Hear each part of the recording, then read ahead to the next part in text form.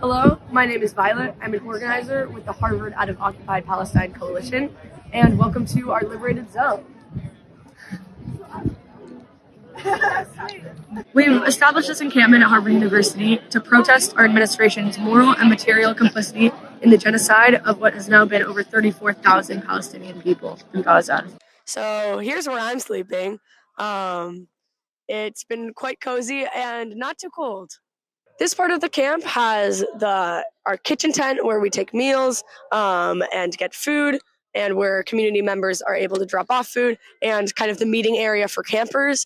And ultimately, though, I just want to stress that this is not about the logistics or the setup or how many tents or people are at this camp. This is about what's happening in Gaza, and we created this to bring attention back to there and to urge our university to divest from all companies which are complicit in that genocide. Here at the center of our encampment, we have perhaps the single most important thing here, which is a long running list of just a fraction of the names of the people who have been killed in the ongoing genocide in Gaza, which has now reached over 200 days.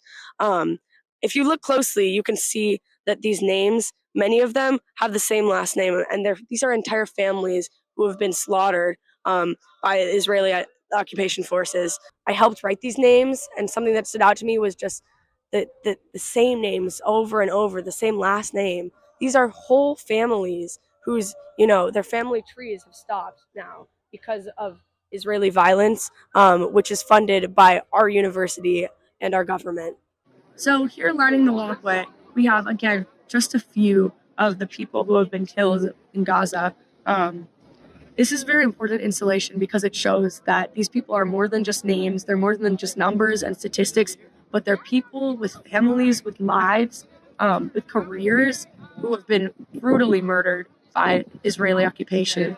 I think to begin with, as a person with a moral conscience, I am against the murder of 34,000 people, and not just the ongoing genocide, but the decades-long occupation.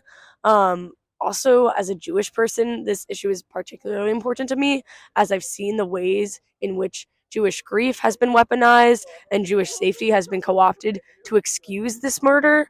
Ideas of Jewish safety have also been co-opted here and used to quash pro-Palestine speech and rhetoric, and anti-Semitism has been invoked falsely and in bad faith in order to silence those who rightfully speak out in support of Palestinian liberation and against the ongoing genocide in Gaza.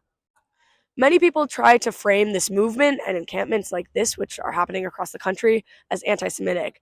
As a Jewish person and an organizer in this movement, I feel particularly hurt by that, and especially frustrated, because this is a movement for liberation, of course, for the Palestinian people, but ultimately, all of our liberation is bound up together.